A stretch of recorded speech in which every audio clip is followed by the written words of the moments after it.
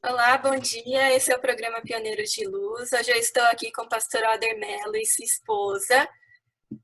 Muito obrigada, pastor, por ter aceito o nosso convite. É um privilégio receber o senhor nessa entrevista. Agradecemos a sua presença nessa manhã aqui. O agradecimento é nosso, um prazer muito grande. Pastor, a primeira pergunta. Gostaria que o senhor falasse para a gente o seu nome completo, onde o senhor nasceu, a cidade, o estado, o país, quem são seus pais, seus irmãos. Eu me chamo Oder Fernandes de Melo e nasci numa pequena cidade do Triângulo Mineiro, Minas Gerais, uma cidade que está próxima a Uberlândia e também Araguari.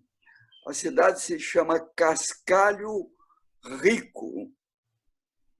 E com 7 anos nos mudamos para Goiás. E passei a minha infância, a minha adolescência, numa cidade 70 quilômetros a oeste de Goiânia.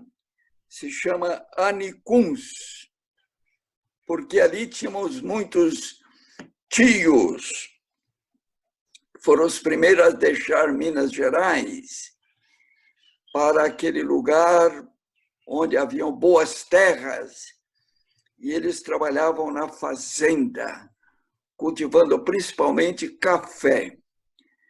Foi um tempo muito bom. Meu pai se chama Antônio Fernandes de Araújo e a minha mãe Orlinda de Melo, ambos da mesma região ali onde eu nasci, a cidade maior, Monte Carmelo. Qual a data do seu nascimento, pastor? Eu nasci em 12 de novembro de 1940. Portanto, esse ano estarei completando 80 anos. E uma coisa curiosa sobre o meu nome, Oder. Esse nome é derivado de um rio da Alemanha, o rio Oder, que divide a Alemanha da Polônia. Eu nasci na época da Segunda Guerra Mundial e esse rio foi onde se segurou muito as forças do Ocidente e as forças comunistas. E esse nome apareceu muito na imprensa e meus pais gostaram, colocaram o nome de Oder.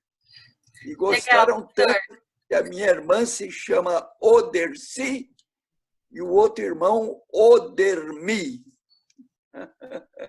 Muito bem, pastor.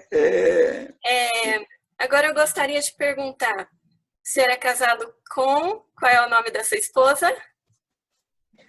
Minha esposa é Gislaine Meire Dias de Melo. Quando que vocês se casaram? Quantos filhos tiveram? Quais são os nomes deles? Nós nos casamos no dia 15 de julho de 1969. No ano passado, completamos 50 anos de casados. Nos casamos no colégio, porque éramos colegas de estudo. Ela fez teologia comigo. E os nossos filhos são Oderson, Gisele e Geisa. Muito bem. Agora eu vou passar a palavra para sua esposa. Quando que a senhora nasceu? Qual o nome dos seus pais, seus irmãos? E se puder falar um pouquinho também da sua conversão, se você nasceu em um lar adventista, como que a mensagem chegou à sua família? Eu nasci no Nordeste, uma cidadezinha chamada Lagarto, no estado de Sergipe. Meu pai, descendente de portugueses, Antônio Silveira Dias, e minha mãe, Maria Dias Silveira. Eu tenho 3 irmãos, todos, eu sou a primogênita, Davidson, que é médico no Hospital Belém, Marcos, que é farmacêutico, mora em Sergipe, e Nájila Koch, que é a esposa do missionário Irineu Koch, que mora na Costa do Marfim. Bom, os filhos, ele já falou, né? A conversão. Eu nasci no lar adventista, tive essa bênção, sou a 3ª geração. Meu pai, quando jovem, através da colportagem, ele e mais 3 amigos descobriram a verdade e foram os primeiros adventistas da cidade de Lagarto. E ele, como jovem, levou a mensagem ao meu avô materno e se enamorou da filha dele e casou com a minha mãe com 16 anos, a mais do que minha mãe, mas construíram um lar sólido e mandaram nós 4 para o internato. Todos estudamos no NASP, São Paulo. A minha conversão, eu me batizei com 10 anos, mas fui para o internato com 11 anos e realmente me encontrei com Jesus numa das semanas de oração no colégio que estava sendo realizada pelo pastor Moisés Vigre. Muito bem, muito obrigada pela sua história, bonita história. Eu gostaria de te perguntar, qual foi sua contribuição à obra ao lado do seu esposo? Quais foram as contribuições em algum departamento, algum ministério da igreja? Olha, eu fui educada para ser esposa e mãe. Na minha geração, era isso que as meninas pensavam. Mas assim mesmo, Deus me deu oportunidade, eu fiz 2 faculdades e pude servir com elas. Tão logo meus filhos ingressaram na vida escolar, estudantil, eu comecei a trabalhar e saíamos juntos para a escola. Eu dava aula de Bíblia, de religião, dei aula em alguns colégios adventistas e depois que nos mudamos para Campinas, eu me servi da outra faculdade que eu fiz, de música, e trabalhei no IASP, né, Campus Hortolândia, trabalhei por 16 anos na Escola de Artes. Então, minhas contribuições profissionais foram essas, além de acompanhar o meu esposo. Só quero comentar um fato que aconteceu no decorrer desses anos. Eu sempre fui muito tímida e, como esposa de pastor, quando meu esposo assumiu a igreja de Moema, eu me senti muito inadequada com aquela clientela mais sofisticada, mais selecionada, e eu me sentia muito tímida, até ficar na porta da igreja cumprimentando os membros era muito difícil para mim. E um dia eu encontrei com a dona Sara Bulhon, que frequentava a nossa igreja, e estávamos descendo as escadas no final do culto, e conversamos, e eu falei do meu senso de inadequação diante da igreja. Aí ela disse, olha, seja você mesma, da melhor maneira possível. Sinta-se feliz, não tente ser outra pessoa. E aquilo marcou a minha vida de esposa de pastor, antes e depois de dona Sara Bulhon. Muito legal, muito obrigada. Eu vou passar a palavra agora para o pastor, mas quando a senhora, se a senhora quiser fazer alguma contribuição também, pode ficar à vontade. Se for possível, eu vou mostrar os meus filhos. Ah, sim. Esse é o Oderson, que é o primogênito. Ele é doutor pela Unicamp na área de matemática computacional e engenharia elétrica. E a segunda filha é a Gisele. Ela é fisioterapeuta e casada com um obreiro do UNASP Hortolândia. E essa aqui é a caçula, a Geisa. que vive nos Estados Unidos já por mais de 20 anos e trabalha ali na região de Loma Linda, La Sierra, onde ela trabalhou durante muitos anos. Então, alguma coisa sobre os filhos. Também os meus pais, e quando a gente era ainda criança, né? Então, aqui eu tenho uma foto da família quando a gente vivia lá em Anicuns, Goiás. E a Gislene vai apresentar a família dela também por foto. Legal, fica à vontade. Esse aqui é o meu irmão Davidson, que mora em Belém do Pará, que é médico. Esse aqui é o meu irmão Marcos, que é farmacêutico e mora em Sergipe. E essa é a minha irmã Nájila, que junto com seu esposo é missionária na África. Se você puder falar um pouquinho sobre a sua formação acadêmica, onde que o senhor fez os primeiros anos de estudo, ensino médio e depois ensino superior, o curso de teologia?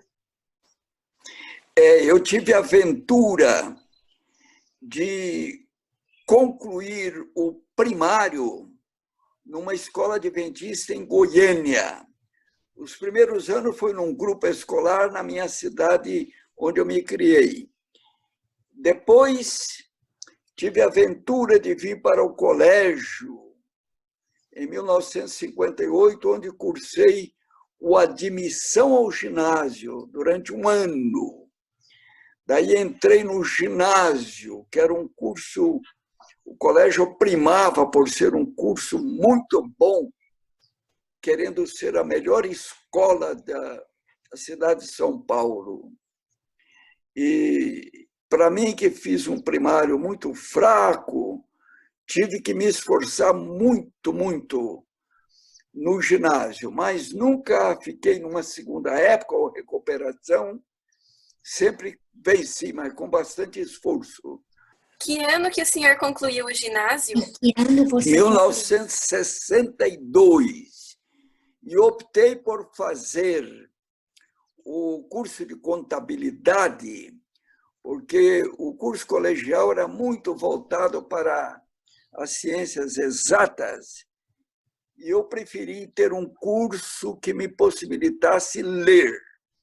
E eu li todos os livros da senhora White nessa época, principalmente a série O Grande Conflito. Eu comprei todos os livros. Esse foi o meu vestibular para a teologia, né, que eu terminei em 1969. Eu sou da turma do pastor Amin Rodor, Paulo Azevedo, pastor Nilson Paz e outros conhecidos amigos aqui da nossa região. Ok, pastor. Se o senhor puder contar um pouquinho para a gente, como é que o senhor conheceu a mensagem adventista? De quem recebeu estudos bíblicos e sobre o seu batismo? Qual foi o ano, o local? Nós recebemos estudo de um jovem, solteiro, bem moço ainda, por nome Batista Bueno. Ele, aqui está a foto dele. Agora, depois de muito tempo, eu tirei uma foto com ele, Batista Bueno, ao lado da sua esposa. Ele nos deu estudo. O meu pai deixou de fumar, mas fomos muito desassistidos. Demorou 6 anos para o nosso batismo. Começamos em 1948 e eu fui batizado no dia 13 de março de 1954, num rio.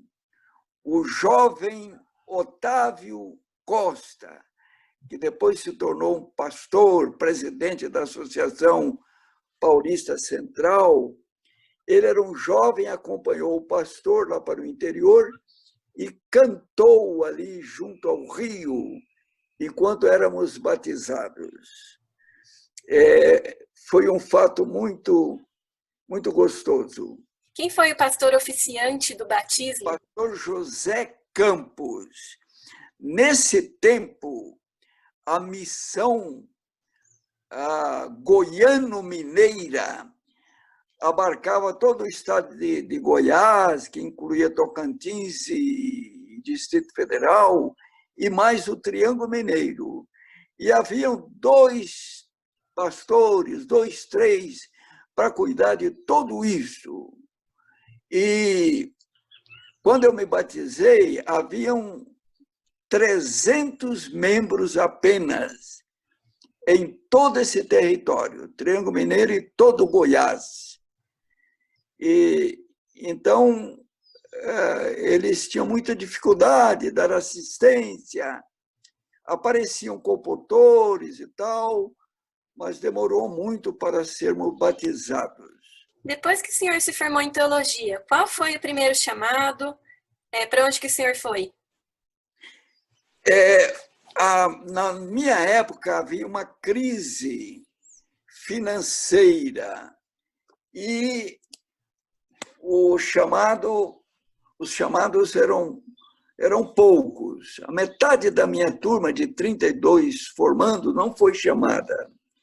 Eu tive a aventura de ser chamado departamental de publicações do Mato Grosso, que envolvia todo, inclusive a região sul, mas eu declinei. Eu disse ao presidente que eu preferia uma igreja. E eu já tinha sido visitado pelo presidente da União Oeste e também da Missão Bahia Sergipe para eu ser pastor em Vitória da Conquista. Eu estava muito contente. Mas a minha União Sul Brasileira, na época, ela disse, se eles quiserem obreiro, vão pegar no ENA, você é nosso, da União Sul. E eu fui para um campo que eu não queria ir, o Rio Grande do Sul, porque o ministerial, se o obreiro aspirante não batizasse um certo número, era dispensado. E um colega meu muito bom havia sido dispensado no ano anterior. Eu pensei, eu estudar 12 anos aqui no colégio, para ir para um campo que eu caio numa região de alemães ou de italianos, que eu não batize muito, eu não queria ir. Mas o pastor da minha igreja e do colégio me disse, aceita o chamado que vier e Deus estará com você. Aí eu fiquei tranquilo, fui. Não poderia ter sido mais feliz. Foi uma jornada super vitoriosa. Eu agradeço a mão de Deus na minha vida. Gostaria que o senhor falasse um pouquinho em seguida quais foram os locais que o senhor trabalhou e os anos até a jubilação do senhor. Eu trabalhei 36 anos e o meu primeiro distrito, por incrível que pareça, a igreja mais pesada do Rio Grande do Sul, a mais rica, a igreja da Floresta, em Porto Alegre.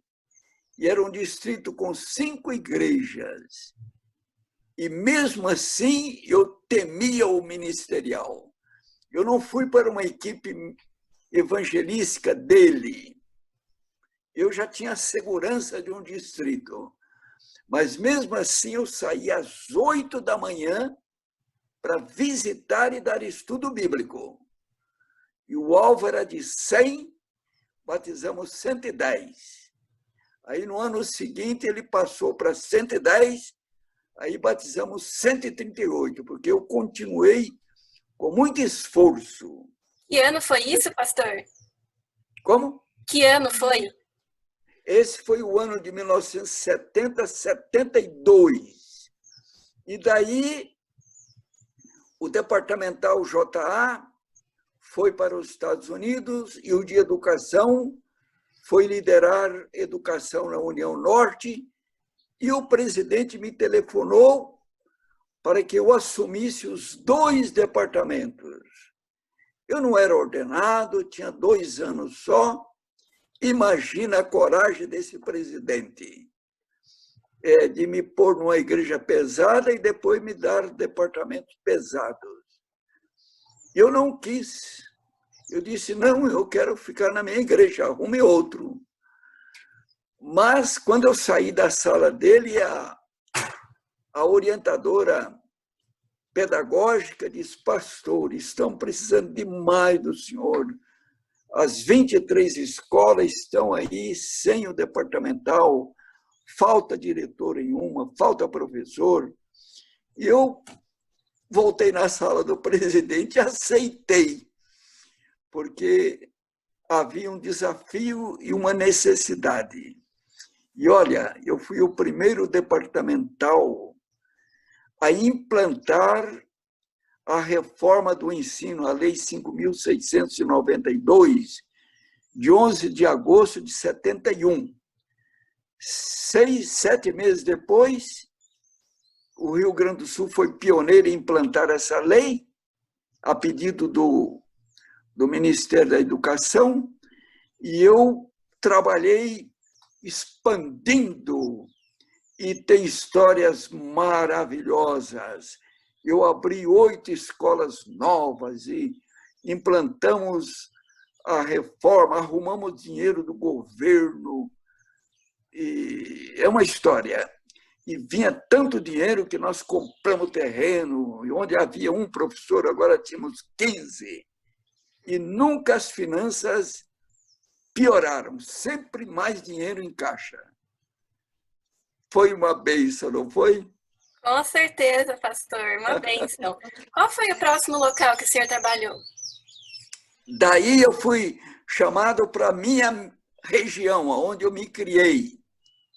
Eu saí contra a vontade do presidente e fui para aquela missão com o Departamento de Educação e Jovens. E eu consegui abrir 2 escolas no Distrito Federal, várias em Goiás, inclusive a primeira de Goiânia. Na cidade onde eu me criei, abri uma escola, evangelizei, abrimos uma igreja que existe até hoje. Que ano foi Então, isso? isso foi de 75 a 80. Aí eu deixei o Departamento de Educação, porque eu estava me especializando numa área que não era a minha vocação principal, a minha vocação ministerial. Eu saí do departamento e fiquei 1 ano com mordomia e jovens. Aí o presidente da União, que era o pastor João Wolff, me telefonou pedindo, pega o avião, vem aqui na União que eu quero falar com você. E ele disse, São Paulo teve uma assembleia e não conseguimos um departamental de educação. E já é tarde e a necessidade é grande. E eu, que tinha deixado o Departamento de Educação, agora assumi a maior concentração de escolas adventistas do mundo. Eram 48 escolas em São Paulo e interior.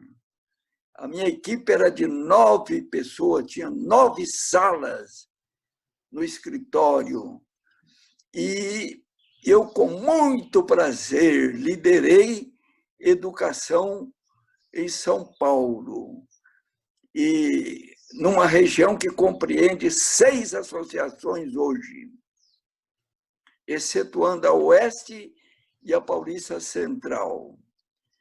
E foi uma bênção extraordinária. Foi uma época de um impulso grandioso na educação. Mas daí, a primeira oportunidade, eu caí fora do departamento, entrei para a preceptoria do colégio, 2 anos e meio, depois pastoreei Moema por quase 4 anos, e depois a Central Paulistana. Aí eu senti que eu era pastor mesmo. Quais foram as datas em que o senhor foi preceptor e a outra função? As datas. Isso. Lá na preceptoria, em São Paulo, eu fiquei de 80 a 83 no departamento. Depois, de 83 a 85 na preceptoria. De 85, no meio do ano, assumi Moema até 98. Moema, 88. 89, eu pastoreei a Central Paulistana, uma igreja queridíssima também. E daí a União pediu que eu viesse para Campinas cuidar do departamento de mordomia. Aí eu cuidei também de missão global a grupos especiais, abri trabalho para cegos, surdos, evangelizamos ciganos, implantamos uma igreja em Olambra, onde vivem holandeses, e foi uma experiência maravilhosa durante 8 anos, de 90 a 98. E depois não podia ficar mais do que 8 anos no departamento naquele tempo, tinha que voltar para a igreja. Aí eu voltei experiente para o distrito de Americana, Santa Bárbara e Nova Odessa, onde eu abri 5 igrejas novas. Quais foram elas, pastor? Quais foram as igrejas? As igrejas que abri no centro de Santa Bárbara, uma no centro de Nova Odessa, uma no extremo leste da cidade americana, um lugar por nome Praia Azul, outra no extremo oeste, chamada Jardim da Paz, e mais uma num bairro muito populoso, por nome Cidade Jardim. Essas foram novas. E inauguramos 4 igrejas também, construindo. Agora, experiente, a gente pode ser um pastor com mais resultados, sabe? E daí, eu fui para o último distrito, Sumaré, onde abri também a igreja e construímos um prédio novo em Santa Madalena, outra na Vila Menuso, outra no Alto Sumaré, outra num bairro por nome Salerno. Qual ano que o senhor foi para Sumaré? Inauguramos também. Lá, eu fui para lá em 2001 e fiquei até 2005. 4 anos. Aí me aposentei, vindo residir aqui em Engenheiro Coelho, junto ao UNASP. Dessas áreas que o senhor mencionou, qual foi a que o senhor mais se realizou, mais se identificou? Olha, cada uma dessas igrejas, elas tinham suas características. Amei Floresta e as igrejas do distrito. Amei Moema, que foi uma igreja trabalhosa, porque as mulheres estavam usando joia de uma maneira generalizada. E eu atuei de uma maneira tão cuidadosa. Nunca falei da frente, mas fiz um estudo durante 30 horas para ver se, de fato, era um assunto para a gente lutar por ele, e descobri que sim. A senhora White deixa claro o manual da igreja e votos desde a Conferência Geral. Eu peguei todos esses votos e coloquei num estudo, imprimi, e um dia pedi para todas as irmãs ficarem. Aí, num envelope lacrado, entregamos para todas, dizendo para elas que eu ia fazer um evangelismo. Realmente, eu fiz 14 mil convites, coloquei faixa nas ruas, e a igreja, que antes tinha umas 20 pessoas no culto de domingo, agora estava lotada. Criamos os grandes domingos da primavera, os melhores pregadores do Brasil. Inclusive, o presidente da Conferência Geral, que veio ao Brasil, eu pedi para ele pregar no domingo, e a obra escalou, ele pregou domingo, grandes domingos da primavera. E eu pedi, irmãs, virão muitas pessoas, muitas mulheres batistas, da Assembleia, congregação, e eu preparei um estudo que eu acho melhor as irmãs, é um assunto para as mulheres. Eu preparei o estudo, vocês estudem bem para dar esse estudo para essas mulheres que virão. Foi uma bomba.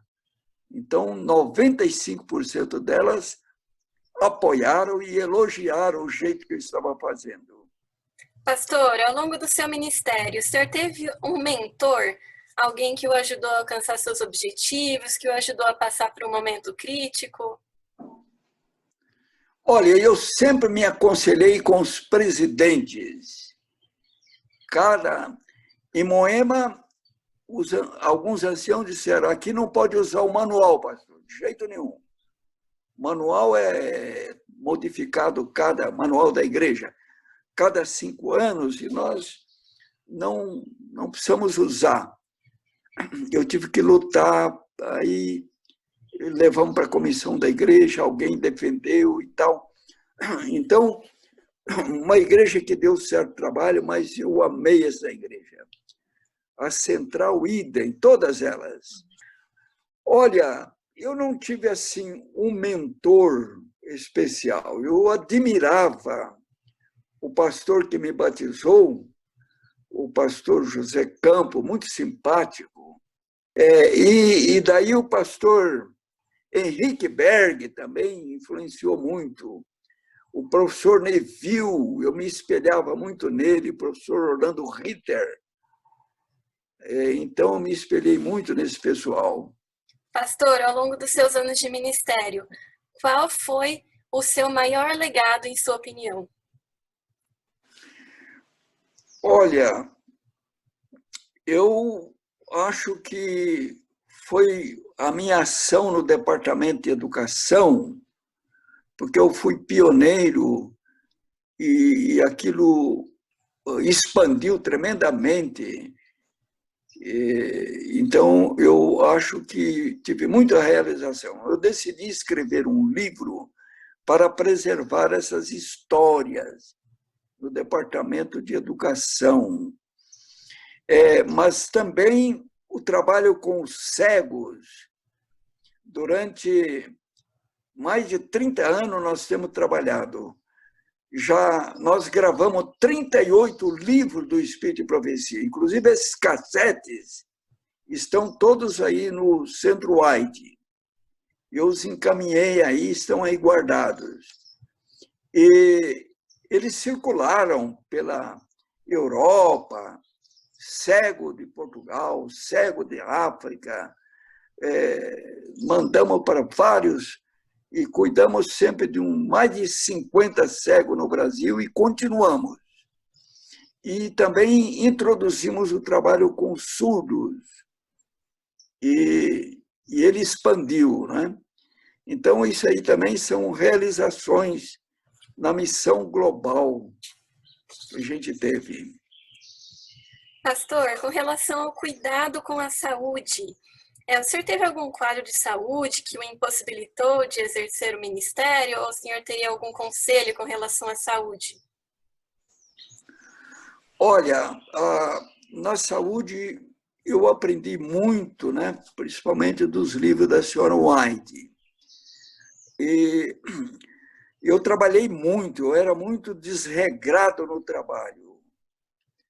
Por isso, até adquiri uma diabetes que eu creio que, além do fator alimentar, foi mais por trabalho. Mas a minha esposa foi sempre uma colaboradora de uma alimentação saudável e está sempre no meu pé para eu tomar água constantemente. Então, isso tem contribuído para que eu tenha boa saúde nessa altura da vida. Ok, pastor, muito obrigada pela sua entrevista. O senhor gostaria de acrescentar algum ponto que o senhor considera importante, que a gente deixou de mencionar aqui? Olha, eu acrescentaria os privilégios que eu estou tendo como aposentado. Sempre sou ancião da igreja. Ontem o meu pastor me ligou pedindo para eu preparar um sermão de 45 minutos para uma semana de oração de 10 a 17 de outubro. Então, eu tenho sido útil atuando aqui na igreja e escrevendo. Eu produzi alguns livros. Este aqui eu consegui vender 25 mil exemplares. Esse de sermões, eu vendi 11 mil. Aqui de casa eu vou promovendo. Este também levei para a África, para Cabo Verde, dei para todos os pastores e líderes. Agora, ultimamente, eu produzi esse, que é biográfico, Colheita da Vida, e um pequeno livro que mandei fazer 5 mil cópias, é um livrinho missionário sobre o que é alma, o que é espírito, o que é inferno, o que é fogo eterno. E, então, um livrinho para o trabalho missionário. Então, eu tenho me realizado muito escrevendo. No momento, eu estou editando um livro que o pastor Burlandi deixou escrito sobre disciplina eclesiástica. Ele está pronto. Eu vou começar a promover entre as 52 associações do Brasil. Eu sempre promovo pelo preço de custo, e umas 15, 20 associações sempre compram. Então, essa está sendo a minha tarefa atualmente. Pastor, a gente agradece muito. Vemos que Deus realmente abençoou o senhor e sua esposa em seu ministério. Obrigada pela disposição de dedicar um pouquinho do seu tempo para a gente hoje. Acreditamos que vai ficar gravado aqui na história. Júlia, eu posso falar uma coisa? À vontade. Olha, eu vivo com esse homem há mais de 50 anos. A minha tarefa principal agora é conseguir freá-lo um pouco, porque esse entusiasmo, ele é comprometido assim da ponta do cabelo à unha do pé. E nós temos muita gratidão pelo que a obra adventista fez por nós e por nossos filhos, e ainda continua fazendo através de um bom plano de saúde. A obra cuida muito bem dos seus obreiros, e nós agradecemos muito a Deus que nos deu esse privilégio e que guiou a nossa vida até aqui. Eu agradeço a Deus, a obra, o cuidado que tem com a gente. Hoje eu posso ter uma boa moradia aqui, porque eu comprei o terreno quando era bem barato, 11 mil reais para pagar no ano. E eu tinha experiência construindo escolas, igreja, então eu consegui um milagre de construir uma casa sem muito dinheiro. Então, Deus é maravilhoso. Pastor. Que Deus seja louvado.